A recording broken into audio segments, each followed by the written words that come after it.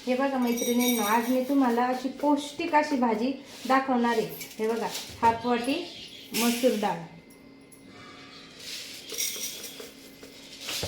परत हाफ वाटी तूर डाळ आणि परत हाफ वाटी मूग डाळ। तुमच्या घरात किती सदस्य आहे याच्यावर अवलंबून आहे, त्यानुसार तुम्ही डाळीचं प्रमाण घ्यायचं आहे। तरी हे बघा, मी हे तिन्ही डाळी हाफ हाफ घेतलेले आहे आणि पौष्टिक अशी भाजी आहे का त्याच्यात आपण काय टाकणार आहे, पालक। हे बघा, पालक आणि या डाळीची आपण एकदम पौष्टिक अशी लहान मुलांसाठी पण ती खूप उपयुक्त आहे। तर आपण ती भाजी बनवणार आहे। तर बघा काय करायचं आता आपल्याला, पालक भाजी आपण बाजूला ठेवून घेतली आहे।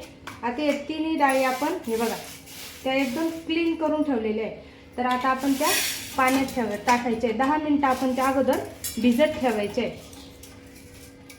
थंड पाण्यातच टाकायचे बरं का, गरम पाण्यात टाकलं तरी काही हरकत नाही। जर तुम्हाला एकदम इमर्जन्सी असेल तरी करू शकता आणि साधं पाणी तरी पण करू शकता। हे बघा, याच ते पाण्यामध्ये भिजत घालून आणि त्याला फक्त 10 मिनिटं भिजून ठेवायची डाळ। जास्तही भिजून द्यायची आहे आणि खूप अशी फुगेल अशी पण नाही, फक्त 10 मिनिटं ती भिजू द्यायची डाळ।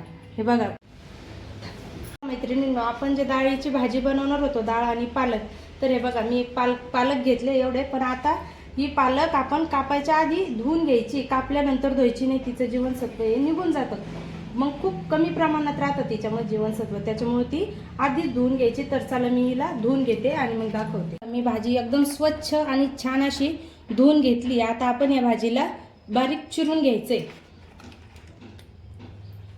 हे सुरीने एकदम बारीक अशी चिरून घेणार आहे।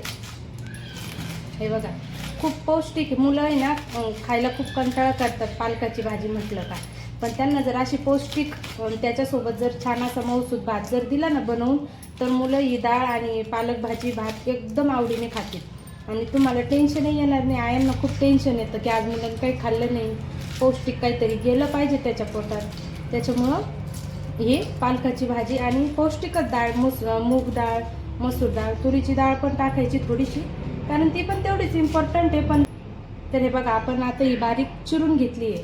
आता आपण हिला याच्यात काढून घेऊ चाळणी, म्हणजे धुवायची नाही आहे तिला, फक्त काढून घेतली आपण। हे बघा, आणि हे बघा आता आपली डाळ छान अशी फुलून वरती आलेली आहे। फक्त 10 मिनिटं भिजवायची तिला, जास्त वेळ नाही, फक्त ती फुलली पाहिजे थोडी थोडी। हे बघा, जास्त भिजवायची पण नाही आहे आपल्याला। आता मी ही 2-3 पाण्याने स्वच्छ धुवून घेणार आहे, कारण आपण ती अगोदर डायरेक्टली टाकली होती ना। तर आता मी तिला स्वच्छ धुवून घेते आणि मग दाखवते तुम्हाला। मी एकदम स्वच्छ अशी डाळ धुवून घेतली आहे।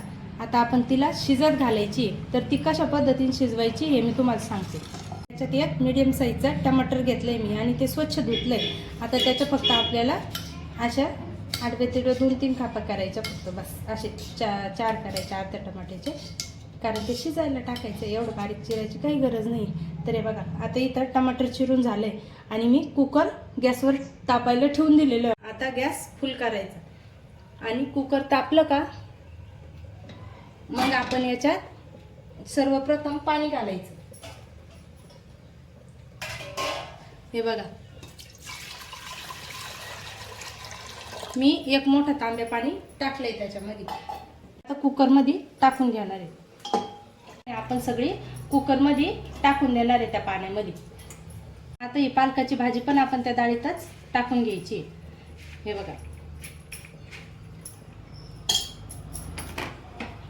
ते सगळं मिश्रण एकत्र करून घ्यायचंय। बघा, हे टमाटे पण आपण याच्यात टाकून देणार आहे आणि हे सगळं असं हलवून घ्यायचंय आणि याच्यात थोडंसं हे बघा थोडंसं मीठ टाकायचं, म्हणजे जेणेकरून डाळ वरती जात नाही, त्याच्यासाठी आपण त्याच्यात मीठ टाकायचं। आता आपण त्याला झाकण लावून 2 ते 3 शिट्ट्या, एकदम अशी गाळा झाली पाहिजे डाळ आणि भाजी अशी शिजवायची आपल्याला। तर 2 ते 3 शिट्ट्या आपण त्याच्या आता घेऊ, शिजल्यानंतर दाखवते मी तुम्हाला। तर हे बघा मैत्रिणींनो, आपली डाळ किती सुंदर शिजली आहे। कुकरमधून आहे ना, तिला मी का काढून घेतली माहिती आहे का, ती काहींची डाळ जर शिजली नाही किंवा असं मॅश करायचं असतं ना, तर कुकर गरम असतं, त्याच्यामुळे मी आधीच ती काढून घेतली आहे। हे बघा, हे टमाट्याचे जे असे राहतात ना साल, त्याला असं मॅश करून घ्यायचं आणि कुकरच्या गरम असल्यामुळे चटका बसू नये म्हणून मग मी असं ओतून घेतलंय आधी आणि मग त्याला मॅश करते। हे बघा, चमचा माझा कसा आहे त्याला मॅश करण्यासाठी तो पुरेसा आहे. आणि आता याच्यासाठी लागणार आपण मसाला काय काय ते काढू. हे बघा, याच्यासाठी एक कांदा लागतो, 5 ते 6 5च मिरच्या आहे, 5 ते 6 मिरच्या हिरव्या, थोडीशी कोथिंबीर, थोडंसं आलं आणि थोडंसे लसूण. आता आलं लसूण आणि हे बघा, आलं लसूण आणि कोथिंबीर याची आपण बारीक पेस्ट काढून घेऊ. आणि कांदा छान असा कट. बघा मैत्रिणींनो, आता मी गॅस पेटवून घेतला आहे आणि आता कढई आपण गॅसवर ठेवणार आहे. तर हे बघा, मी पहिल्यांदा कांदा कापून घेतला आपला आणि हे बघा ही पेस्ट पण काढून घेतली ग्रीनवाली. आता आपण तिला फोडणी देऊया डाळीला. हे बघा, कढई खूप छान तापली आपली. आता त्याच्यात आपण तेल टाकूया.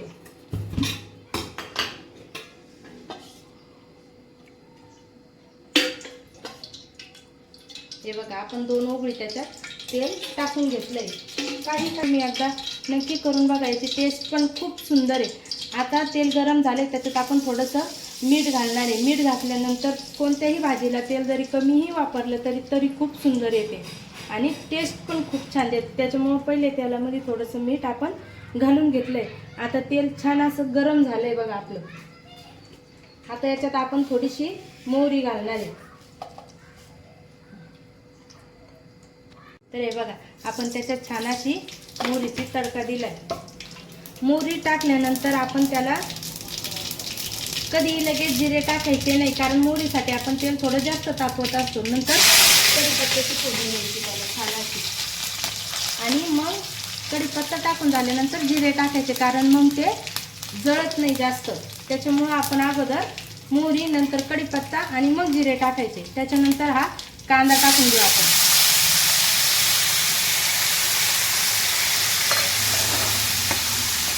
हे बघा, कांदा आता आपल्याला छान असा लालसर करून घ्यायचा आहे. तर हे बघा, आपला कांदा किती सुंदर असा लाल झालाय. आता आपण गॅस कमी करणार आहे. गॅस कमी केला का आता याच्यात आपण आहे ना 1 चमचा लाल तिखट टाकायचं, 1 ते 1.5 चमचा लाल तिखट, 1 छोटा चमचा हळदी आणि 1 चमचा धना पावडर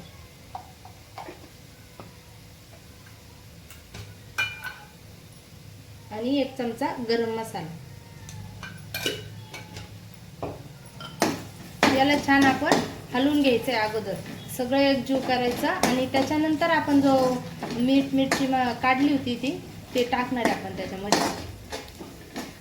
कमी गॅस केल्यानंतर मसाला टाकलेला तो जळू द्यायचा नाही, त्याच्यामुळे आपण कमी गॅस करायचा आहे. जर का फुल गॅसवर टाकलं तर लाल तिखट, धना पावडर त्यांचा करपा होतो. त्याच्यामुळं कमी गॅसवर. आहे बघा, ते सगळं एकजीव झालंय. कांदा पण बघा खूप छान तेल सोडतोय आता, म्हणजे तो झालाय.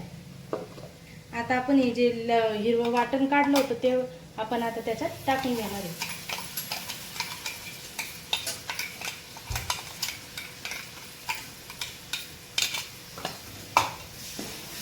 हे बघा, त्याला छान असं मिक्स करून घ्यायचं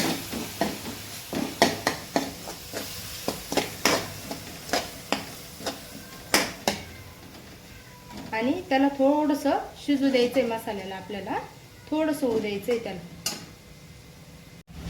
हे बघा, किती छान असं ते आता एकजीव झालंय आपलं हे मिश्रण.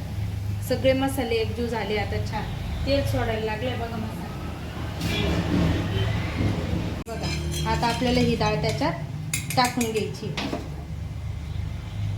हे बघा, मसाला किती छान तेल सोडायला लागलाय. आता ही डाळ आपण त्याच्यात टाकून घेणार आहे, डाळ आणि पालक.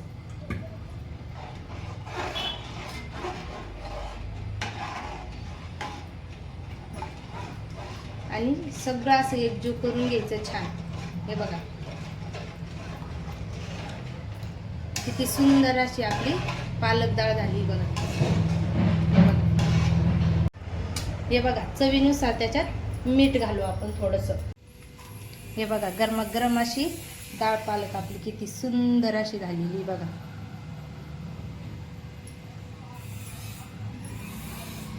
तर आमची तुम्हाला रेसिपी कशी वाटली नक्की सांगा.